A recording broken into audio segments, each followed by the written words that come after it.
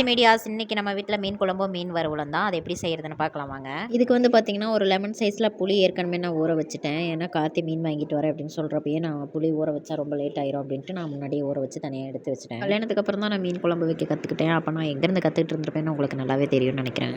ஒரு 10 பல் பூண்டை வந்து நான் 2 வந்து கட் பண்ணி எடுத்து வச்சுருக்கேன். கொஞ்சம் பெரிய பூண்டுங்கிறனால நான் 2 கட் பண்ணியிருக்கேன். அதுக்கப்புறம் வந்து பார்த்திங்கன்னா ஒரு 3 பெரிய வெங்காயத்தை எடுத்து மீடியமாக நான் கட் பண்ணி வச்சுருக்கேன். பச்சை மிளகா 3 எடுத்திருக்கேன். அதையும் நடுவில் வந்து கீரி மட்டும் விட்டுருக்கேன். இது கூடவே கொஞ்சம் கருவேப்பிலை, கொத்தமல்லி, புளி ஊற வச்சதுலேருந்து தனியாக நான் கரைச்சி அந்த தண்ணியை மட்டும் எடுத்து வச்சுருக்கேன் தனியாக.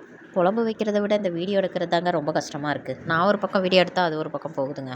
இந்த கரைச்சி வச்ச புளி கூடயே மீடியமாக ஒரு 2 தக்காளி வந்து நான் ஆட் பண்ணிக்கிறேன். இதுக்கு தேவையான அளவுக்கு மட்டும் நான் கொஞ்சமாக கல் உப்பு சேர்த்துருக்கேன். ஏன்னா மறுபடியும் தேவைன்னா நான் போட்டுக்குவேன், இல்லைனா உப்பு அதிகமாயிரும். இப்போ பார்த்திங்கன்னா கொஞ்சமாக மஞ்சத்தூள் கொட்டிக்கிறேன்.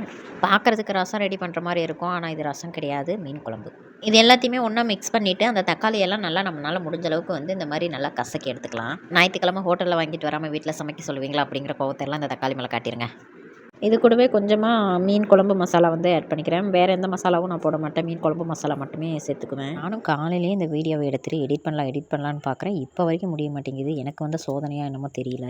எப்படியோ இப்போ எடிட் பண்ணலான்ட்டு உட்காந்துட்டேங்க. இதுக்கப்புறம் வந்து பார்த்திங்கன்னா அடுப்பை பற்ற வச்சு நம்ம எதில் வந்து குழம்பு செய்ய போகிறோமோ அந்த சட்டி எடுத்து வச்சுட்டு லைட்டாக சூடானதுக்கப்புறம் எண்ணெயை ஊற்றிடலாம். எண்ணெய் நல்லா சூடாகட்டும். மீஷோலேருந்து அந்த ப்ராடக்ட் வாங்கி 2வது நாளே வந்து பார்த்திங்கன்னா அந்த டாப்பில் இருக்கிறது வந்து உடஞ்சி போச்சு. எண்ணெய் சூடாயிடுச்சா அப்படின்னு சொல்லிட்டு செக் பண்ணிவிட்டு அது கூடவே வெங்காயத்தையும் அந்த பச்சை மிளகாவையும் போட்டு நல்லா வதக்கி விடலாம். நல்லா எண்ணெயில் வதங்கட்டுங்க. நல்லா எண்ணெயில் வந்து அந்த வெங்காயம் வதங்குற மாதிரி நல்லா கிளறி விட்டுட்டே இருங்க, இல்லைன்னா அடி பிடிச்சிரும். அப்புறம் மீன் குழம்பு சாப்பிட முடியாது. இது கூடயே வந்து பார்த்திங்கன்னா அந்த புளியெல்லாம் நம்ம கரைச்சி வச்சுருக்கோம்ல, அதில் இருக்கிற அந்த தக்காளியை நல்லா முடிஞ்ச அளவுக்கு பிழிஞ்சு எடுத்து வச்சுட்டு அந்த தக்காளியை மட்டும் நம்ம தனியாக எடுத்துருவோம். எடிட் பண்ணலான்ட்டு கார்த்திகிட்ட பையனை விட்டுட்டு வந்துட்டேன். உள்ளே இருந்து கத்திட்டு இருக்காங்க. அதுக்குள்ளே நம்ம டக்குன்னு எடிட் பண்ணிவிட்டு ஓடிடுவோம். இப்போ அந்த தக்காளியெல்லாம் எடுத்து என்ன பண்ண போகிறோம்னா அந்த வதங்கிட்டு இருக்க அந்த வெங்காயத்தில் வந்து அந்த தக்காளியை போட போகிறோம். இப்போ இது எல்லாத்தையும் ஒன்று சேர்த்து நல்லா மிக்ஸ் பண்ணிடலாம். புகையை பார்த்திங்களா எப்படி வருதுன்னு. எண்ணெயிலே இதுவும் நல்லா வதங்கட்டும். நான் பூண்டு போடவே மறந்துட்டேங்க. அதனால தான் லாஸ்ட்டாக வந்து பூண்டை போடலாம் அப்படின்ட்டு எடுத்து வச்சிட்டேன். அந்த பூண்டு இதிலேயே போட்டு நல்லா மிக்ஸ் பண்ணி விட்டுறலாம். ஏன்னா இதுவும் அப்படியே எண்ணெயிலே வதங்கிரும்ல, அதனால்.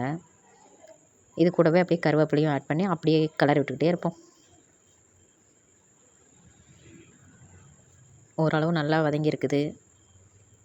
இது நல்லா வதங்கிருச்சு அப்படின்னா அந்த புளி தண்ணி கரைச்சி வச்சுருக்கோம்ல, அதை எடுத்து இதில் ஊற்றிடுவோம். ஒரு வழியாக பூண்டு, வெங்காயம், பச்சை மிளகா, கருவேப்பிலை இது எல்லாமே ஓரளவுக்கு நல்லாவே வதங்கிருச்சு. இது கூட அந்த புளி தண்ணி கரைச்சி வச்சுருப்போம் பார்த்திங்களா, அதை எடுத்து மிக்ஸ் பண்ணதை ஊற்றிடுவோம். இது இப்போ நல்லா கொதித்து வரட்டும். ஒரு கிளறிட்டு நம்ம வந்து மீனெல்லாம் வாங்கிட்டு வந்த மீன் என்ன கழுவி எடுத்து வைக்கலாம். அதனால் அதை வந்து கழுவி தனியாக எடுத்து வச்சிடலாம். மீன் கழுவி தனியாக வறுக்கிறதுக்கு தனியாக குழம்புக்குன்னு நான் மாற்றி வச்சுட்டேங்க. குழம்பு கொதிக்கிற வரைக்கும் சும்மா தான் நிற்கணும். அதனால் இந்த மீனுக்கு வறுக்கிறதுக்குன்னு தனியாக நம்ம எடுத்து வச்சுருக்கோம்ல, அதோட மீன் மசாலாவை வந்து கொட்டி நம்ம லைட்டாக எண்ணெய் மட்டும் இதில் ஆட் பண்ணிக்கலாம். தண்ணி இதில் கழுவுறப்பயே வந்து பார்த்திங்கன்னா கொஞ்சமாக இருந்திருக்கும். அதனால் வந்து இது கூட நம்ம வந்து தண்ணி சேர்க்க வேண்டாம். லைட்டாக எண்ணெயை மட்டும் சேர்த்து பிசைஞ்சு தனியாக எடுத்து வச்சுக்கலாம். வீடியோ எடுத்து போடுறதுக்கு கம்முனா லைவே போட்டு விட்றலாம் போல் இருக்குங்க. நல்லாவே குழம்பு வந்து பார்த்திங்கன்னா கொதிச்சிட்ருக்கு.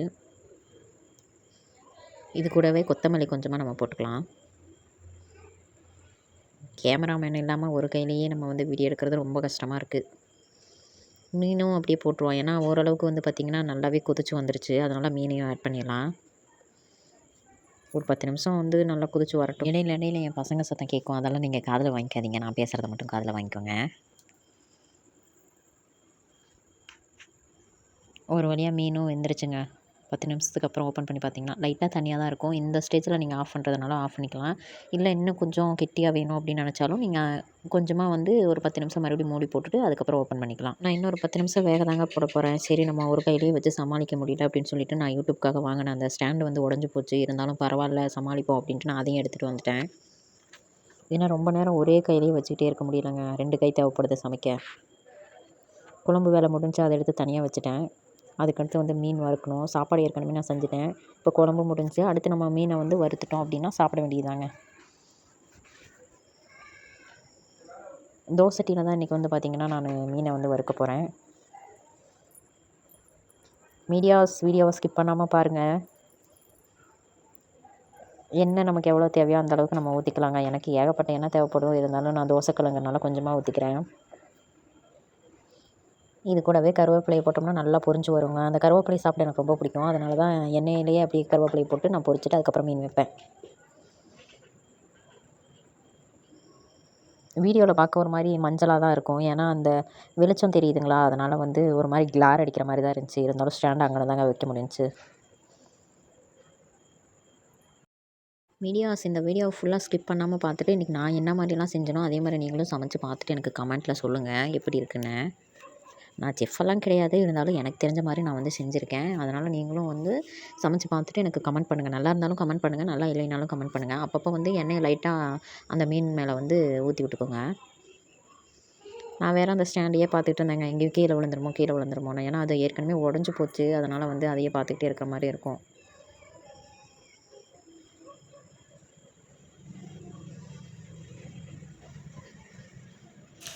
அப்படியே மீன் வந்துருச்சா அப்படின்னு சொல்லிட்டு அப்படியே லைட்டாக திருப்பி விட்டுட்டு வேலையை பார்த்துட்டு இருக்க வேண்டியதான். சண்டேயில் வேலை செய்கிறதுக்கே இஷ்டம் இல்லைங்க, இருந்தாலும் என்ன பண்ணுறது, நம்ம தானே சமைச்சாகணும். நமக்கு ஃபஸ்ட்டாலும் நம்ம தான் சமைச்சாகணும், அடுத்தவங்களுக்கு ஃபஸ்ட்டாலும் நம்ம தான் சமைச்சாகணும்.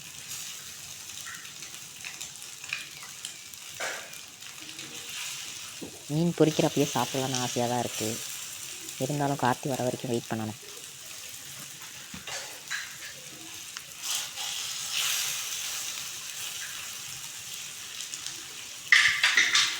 கொஞ்சம் பொருளெல்லாம் கசகசன்னு இருக்கிற மாதிரி தான் இருக்கும். அது வந்து சமைக்கிற வரைக்கும் மட்டும்தான் அந்த கசகசப்பு. அதுக்கப்புறம் பார்த்திங்கன்னா அதெல்லாம் எடுத்து நான் எடுத்து வச்சுருவேன் ஓரமாக. எனக்கு யூடியூப்பில் வீடியோ போடவே தெரியாதுங்க. ஆனால் நான் யூடியூப் சேனல் ஆரம்பித்து இப்போ ஒரு 1 இயர் இருக்கும். எனக்கு யூடியூப்பில் வந்து வீடியோ போடுறதுக்கே கொஞ்சம் பயம்தான், யாராவது ஏதாவது பேட் கமெண்ட் பண்ணிடுவாங்களோ அப்படின்ட்டு. இருந்தாலும் பரவாயில்ல, போடுவோம் என்ன அப்படின்ட்டு நான் இப்போ வீடியோ போட ஸ்டார்ட் பண்ணிட்டேன். யாரும் பேட் கமெண்டெல்லாம் பண்ணாதீங்கங்க, நாங்களும் உங்களை மாதிரி தான். இந்த மீன் வேறு ஒட்டிட்டு வர மாட்டேங்குது.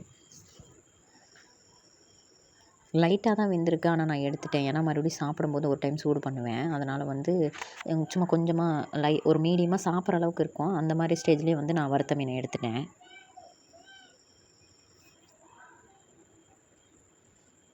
சின்ன தோசை கரண்டி தாங்க, மீனுக்காகவே வந்து மீன் பொரிக்கணும் அப்படின்னாலே இந்த தோசை கரண்டி தான் நான் யூஸ் பண்ணுவேன். ஏன்னா அது உடஞ்சி போச்சு.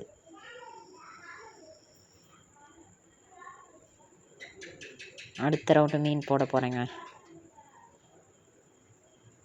நான் சமைக்கிறதெல்லாம் பார்த்தா பரவாயில்ல, சமையலில் பின்னி எடுத்துருவேன்னு நினைப்பீங்க, ஆனால் அப்படியெல்லாம் கிடையாது. நான் ஓரளவாக தான் சமைப்பேன். இதுக்கும் எனக்கு கார்த்தி வேறு ஹெல்ப் பண்ணுவான். அவ்வளோதாங்க, ஃபஸ்ட்டு நான் சமைச்ச இந்த ஃபிஷ் ஃப்ரை எல்லாம் எடுத்துகிட்டு போய் குழந்தைங்களுக்கு சாப்பாடு போட்டு ஊட்டிடணும். அதுக்கப்புறம் பார்த்திங்கன்னா அடுத்த ரவுண்டு கொஞ்சம் நேரம் வேகட்டும், அது வேகிற வரைக்கும் குழந்தைங்களுக்கு சாப்பாடு ஊட்டிடுறேன். ஏதோ எனக்கு தெரிஞ்ச மாதிரி இன்றைக்கி சமைச்சிருக்கேன். இருந்தாலும் நீங்கள் ட்ரை பண்ணி பார்த்துட்டு எப்படி இருக்குன்னு கமெண்ட்டில் சொல்லணும், பார்த்துக்கோங்க. கடைசியாக வந்து பார்த்திங்கன்னா கார்த்திக்கு சாப்பாடு போட்டுட்டு மீன் குழம்பும் மீன் வறுவலும் எடுத்து வச்சேன். சாப்பிட்டு சூப்பராக இருக்குன்னு சொன்னான். இதுவே வந்து பார்த்திங்கன்னா எனக்கு கார்த்தி தான் சொல்லி கொடுத்தான், இப்படி தான் மீன் குழம்பு வைக்கணும் அப்படின்னு. ஓகே மீடியாஸ், நம்ம நாளைக்கு வீடியோவில் பார்ப்போம். இந்த லாங் வீடியோ வந்து தயவு செஞ்சு மிஸ் பண்ணாமல் ஸ்கிப் பண்ணாமல் ஃபுல்லாக பாருங்கள். புதுசாக வீடியோ பார்க்குறவங்க மறக்காமல் சப்ஸ்கிரைப் பண்ணிக்கோங்க. என்னோடய வீடியோ பிடிச்சிருந்தா லைக் பண்ணிக்கோங்க. தேங்க்யூ ஃபார் வாட்சிங் மீடியாஸ். இவ்வளோ நேரம் பொறுமையாக பார்த்துருக்கீங்க.